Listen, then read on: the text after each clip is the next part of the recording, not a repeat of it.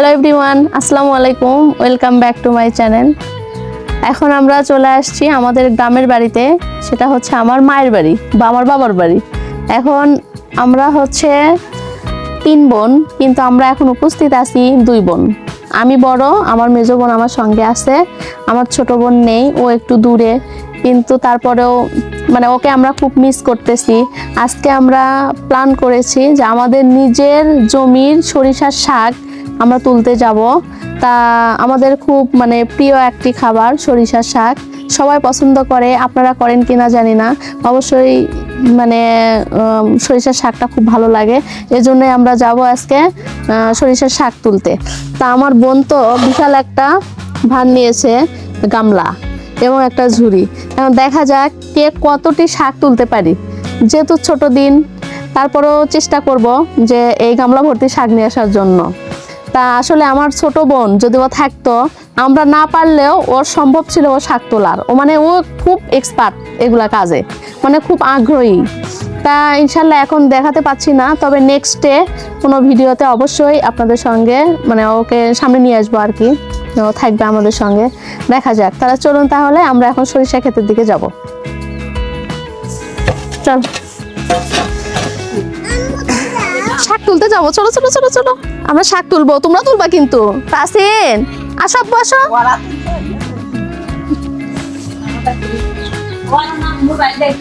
না বাবা আসো আসো। জামাই আসছে শ্বশুর বাড়ি, তবে হচ্ছে শালি এখন সরিষার ক্ষেতে নিয়ে যাচ্ছে, সরিষার শাক তুলে খাওয়াবে, রান্না করে খাওয়াবে। তা আসলে আমার হাজবেন্ডের খুব মানে পছন্দের শাক, তাই না? তুমি পছন্দ করো না? ফেভারিট শাক সরিষার শাক আসলে খুব মানে অনেক টেস্ট। তবে কোথায় যাব, কিনতে কেন যাব?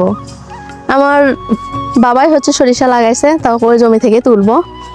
এই যে সামনে চলে আসছে আর কি, কিন্তু আমার মায়ের বাড়ি শ্বশুর বাড়ি প্রায় কাছাকাছি। তবে যে জমিতে আসতেছি তার থেকে অল্প একটু দূরে, আর একটু গেলে আমার শ্বশুর বাড়ি। এই যে এখন আমরা রাস্তায় আসলাম। হ্যাঁ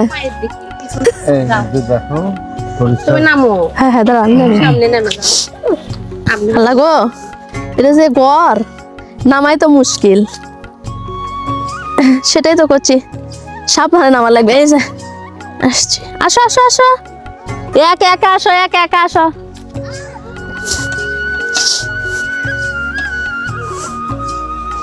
খুব সুন্দর লাগতেছে জানো, মানে পুরো মাঠ এখন হচ্ছে সবুজ, এখন পুরো মাঠটা সবুজ হয়ে আছে। কিন্তু আর কিছুদিন পর আমরা 8-10 দিন যে ফুলের কলি বের হয়েছে, দেখছো সরিষার ফুলের কলি বের হয়ে গেছে। আর কয়দিন, আর হচ্ছে 8 থেকে 10 দিনের মধ্যে ফুল বের হয়ে যাবে ইনশাল্লাহ। অবশ্যই তখন আসবো, সেটাও শেয়ার করবো আপনাদের সঙ্গে। আসো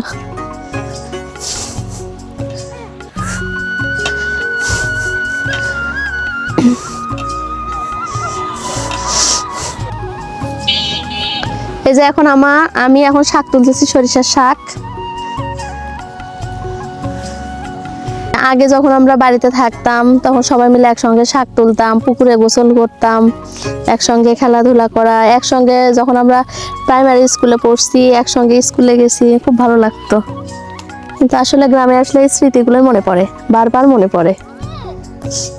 এই জন্য কিছু একটু স্মৃতি মনে রাখার জন্য বা স্মরণ করতেছি আর কি, যে একসঙ্গে একটু সবাই মিলে শাক তুলবো।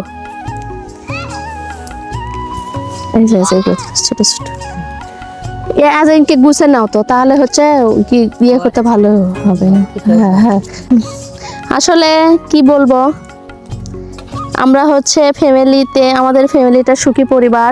তবে আমাদের সবার সম্পর্ক সবার সঙ্গে ভালো ইনশাল্লাহ। সবাই দোয়া করবেন আমাদের সম্পর্ক যেন এরকমই থাকে সারা জীবন।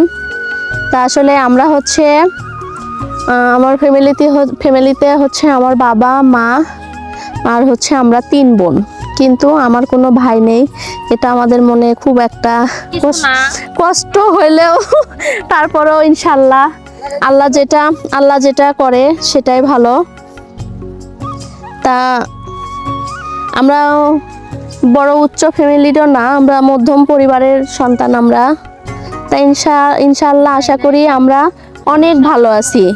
আমরা অনেক ভালো আছি, অনেক আশপাশের লোকজনের তুলনায় আমরা ইনশাল্লাহ অনেক শান্তিতে বসবাস করতেছি, ভালো আছি। সবাই দোয়া করবেন আমরা যেন এরকমই থাকতে পারি।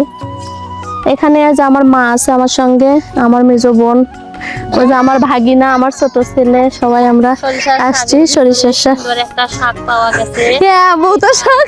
এটা নদীর পাড়ে চর এলাকায় গমের ভিতরে হয়। এটা সরিষার জমিতে পাওয়া গেল। শাকের কপালটা আছে খুব ভালো। আসলে তো তাই, বউতার শাক খুবই ভালো লাগে খেতে, না? খুব সুস্বাদু, খুব ভালো লাগে বতুয়া শাক। কি ব্যাপার, আমার ক্যামেরাম্যান কিন্তু আমার শাকগুলো মেরে ফেলতেছে। আমি কি আজকে শাক তুলতে তুলতে আপনাদের সঙ্গে একটা কথা শেয়ার করব, কখনো করিনি। আমার জীবনের গল্প ইতিহাস আমার জড়িয়ে আছে, কিন্তু তারপরেও আজকে একটা কথা শেয়ার করব। কি, আমরা যখন ছোট, আমি যখন হাই স্কুল লেভেলে পড়াশোনা করি, তখন 6-এ পড়ি আমি আর কি।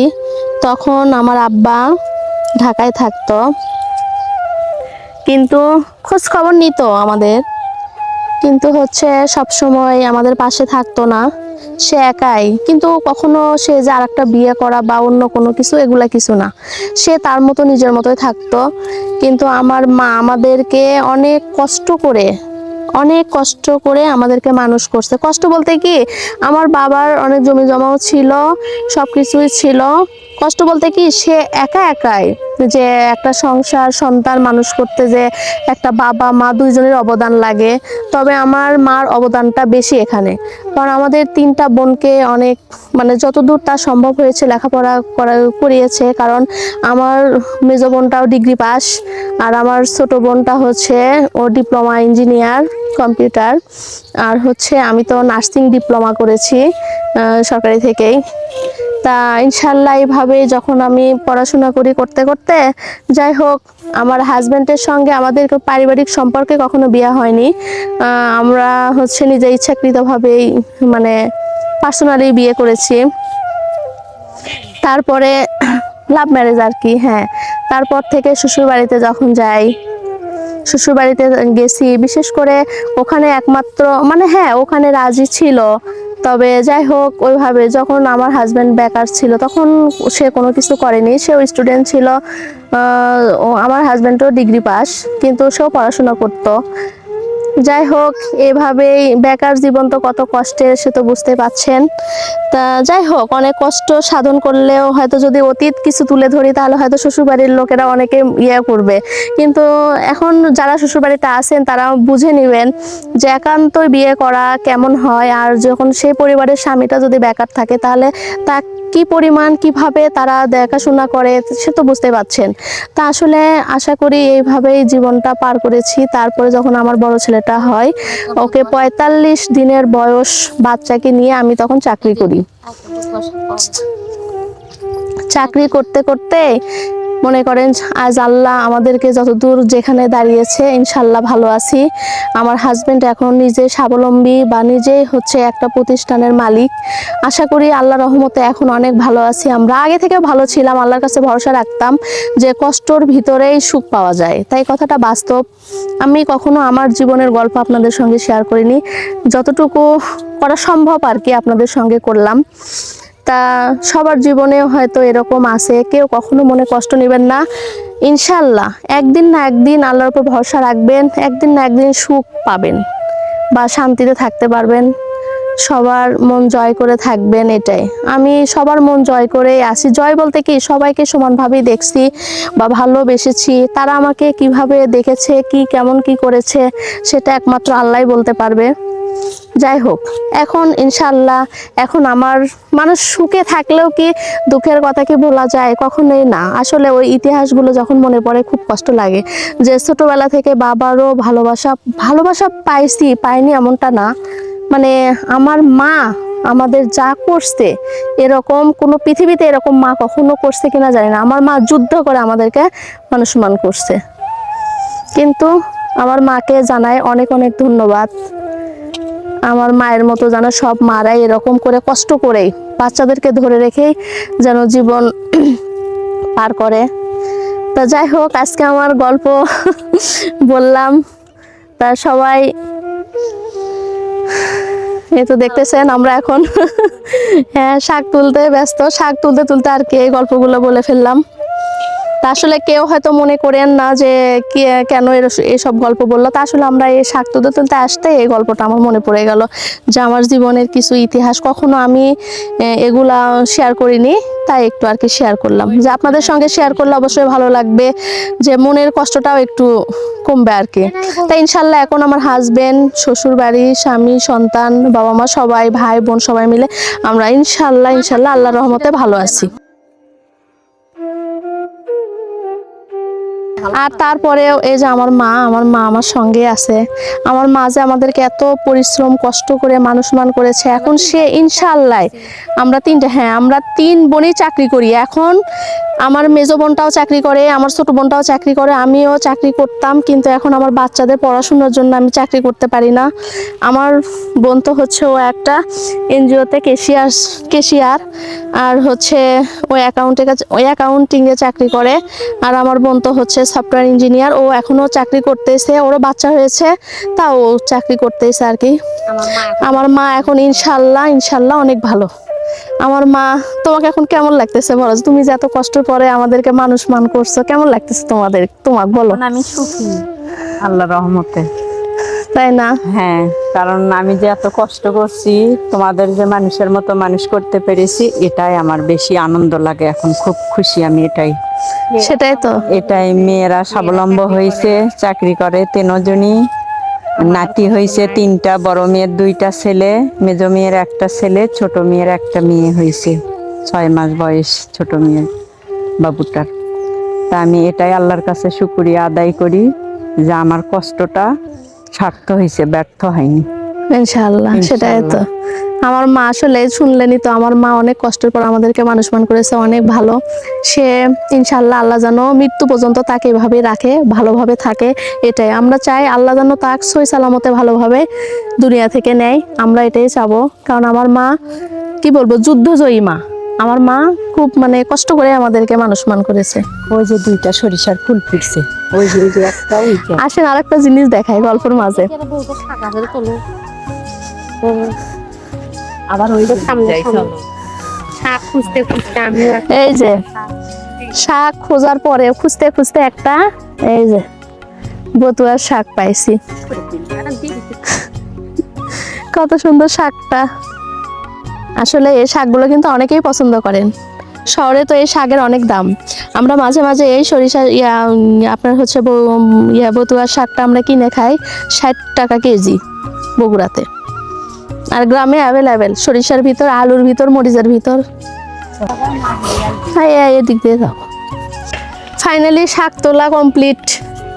শাক তুললাম, অনেকগুলা শাক তুলেছি। এখন বাড়িতে নিয়ে যাব, নিয়ে যাই এগুলা বাছবো, তারপরে ধুয়ে রান্না করব।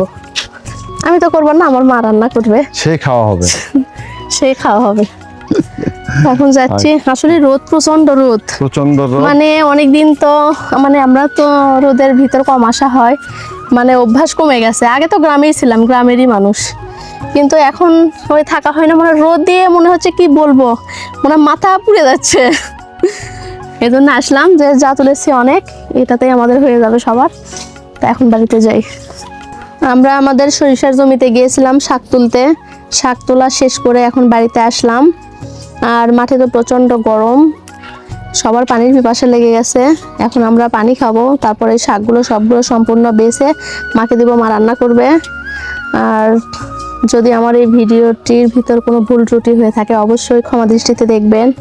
আর ভিডিওটি যদি ভালো লেগে থাকে অবশ্যই লাইক, কমেন্ট, শেয়ার করবেন। আর যারা আমার চ্যানেলটি এখনও সাবস্ক্রাইব করেননি অবশ্যই তামিম তাসিন ব্লগ ইউটিউব চ্যানেলটি সাবস্ক্রাইব করে পাশে থাকবেন।